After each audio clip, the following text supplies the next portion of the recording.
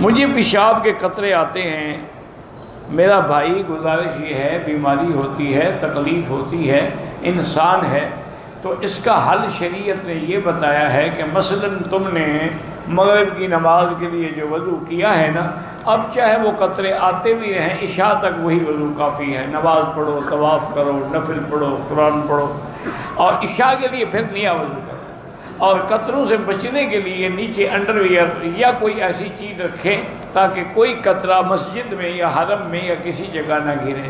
اور آج کل تو کوئی مشکل ہی نہیں ہے، وہ پیمپل مل جاتے ہیں، وہ باندھ لے، یا اور بھی کوئی پلاسٹک کی تھیلی جو ہے وہ باندھ لے، یہ کوئی مشکل مسئلہ نہیں، عورتیں حیض کے لیے نہیں باندھتی۔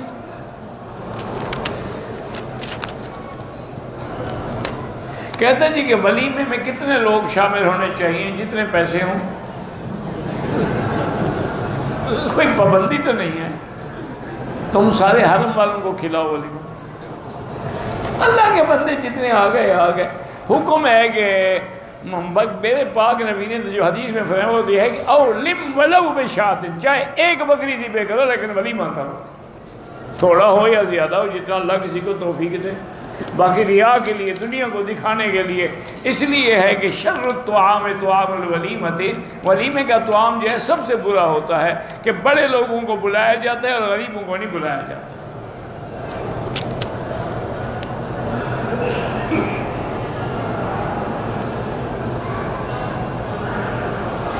نکاح کے دوسرے یا تیسرے دن جب دلہن اس کے گھر آئے تو اس کے رشتہ داروں کو ولیمہ۔ میرا بھائی اصل بات یہ ہے نکاح کے بعد میاں بیوی ملیں پھر ولیمہ کرو۔ اب نکاح ہو جائے، ملے ہیں ہی نہیں، رخصتی ہوئی نہیں، ولیمہ کس بات کا؟ ہمارے ہاں تو اب رواج ہو گیا ہے نا کہ اسی میں وہ جو شادی گھر ہیں اسی رات نکاح بھی وہیں ہوتا ہے، اور اسی وقت جو کھانا کھلاتے وہی ولیمہ ہوگی، بالکل ناجائز ہے۔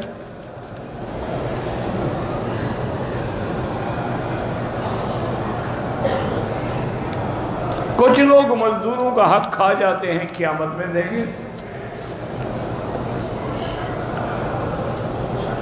مجھے غصہ بہت آتا ہے، شوہر بات کرتا ہے غصہ آ جاتا ہے، استغفار پڑھا کرو، لا حول پڑھا کرو، یہ بری بات ہے۔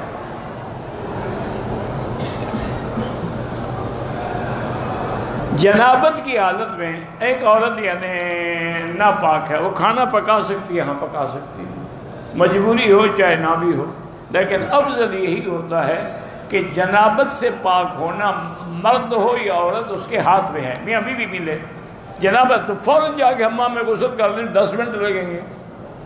یہ کیا ہے کہ وہ کچن میں جا کے کھانا پکاتی پھرے؟ حیض سے پاک ہونا اس کے ہاتھ میں نہیں ہے، اس کی تو ایک مدت ہے نا، 3 دن یا 7 دن یا 8 دن یا 10 دن۔ جنابت سے تو آپ فوراً پاک ہو سکتے ہیں، لیکن نہ بھی ہو تو پکا سکتی ہے، لیکن نہیں پکانا چاہیے۔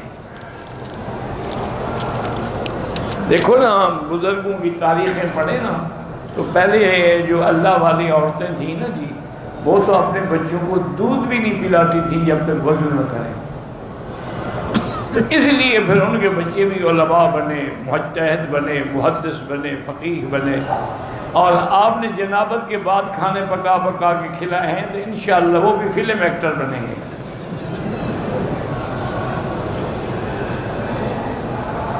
اظہر فرید کو ہارٹ اٹیک ہوا ہے، وہ لندن کے ہسپتال، اللہ شفا عطا فرمائے۔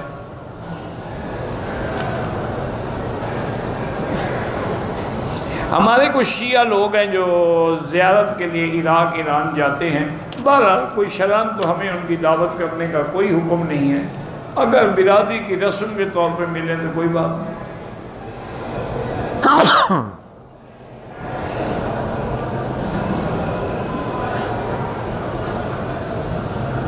کہتے ہیں جی کہ سوشل میڈیا جو ہے وہ علماء کرام کو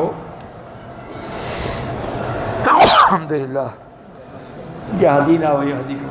علماء کرام کو برا کہتے ہیں، یہ تو ہوتا آیا ہے بھئی، انبیاء کو بھی تو لوگ برا کہتے تھے، تو علماء کو بھی کہیں گے، کوئی حرج نہیں، کہنے دو ان کو،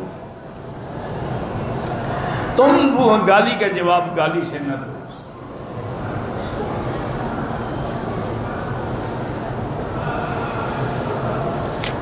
میں سعودی عرب میں رہتا ہوں، میری شادی بھی نہیں ہوئی اور شادی کے لیے میرے پاس پیسے بھی نہیں ہیں، ماں کہتی ہے واپس آ جاؤ، تو ماں کا کہنا مانو، اسی میں برکت ہوگی انشاءاللہ۔ اللہ نے رزق دینا ہے تو آپ کو آپ کے ملک میں بھی دے سکتا ہے۔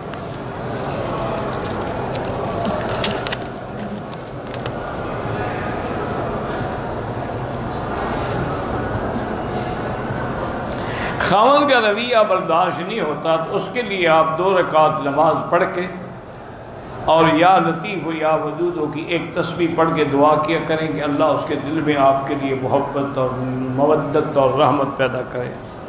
حیض کی حالت میں ضرور پڑھ سکتی ہیں۔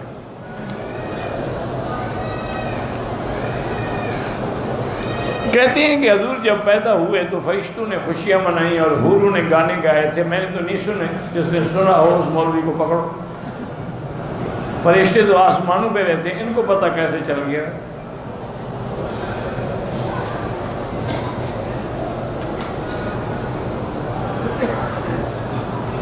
میرے دوست کی شادی ہو رہی ہے، وہ اپنے کمرے کو پھولوں سے سجانا چاہتا ہے، جس چیز سے سجائے اس کی مرضی، پھولوں سے سجائے پھر بھی بیوی راضی نہ ہو تو کیا فائدہ ہوگا؟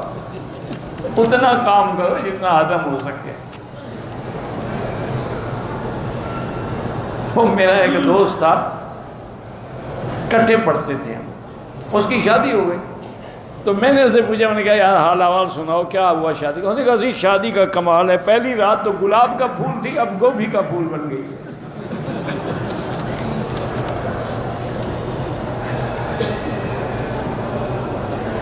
جو نقش بندی، حاجی، نمازی، زکوٰۃ، حافظ قرآن، مفتی، قاضی، میں نے جو اپنے آپ کو نقش بندی یا حاجی کہتے ہیں، اپنے آپ اس سے کوئی جہنم میں نہیں جائے گا، جو حج کرے گا وہ حاجی ہے۔ اللہ ہدایت دے بس میں۔ آپ نے بھی تو سب کو مولوی بنا رکھا ہے نا۔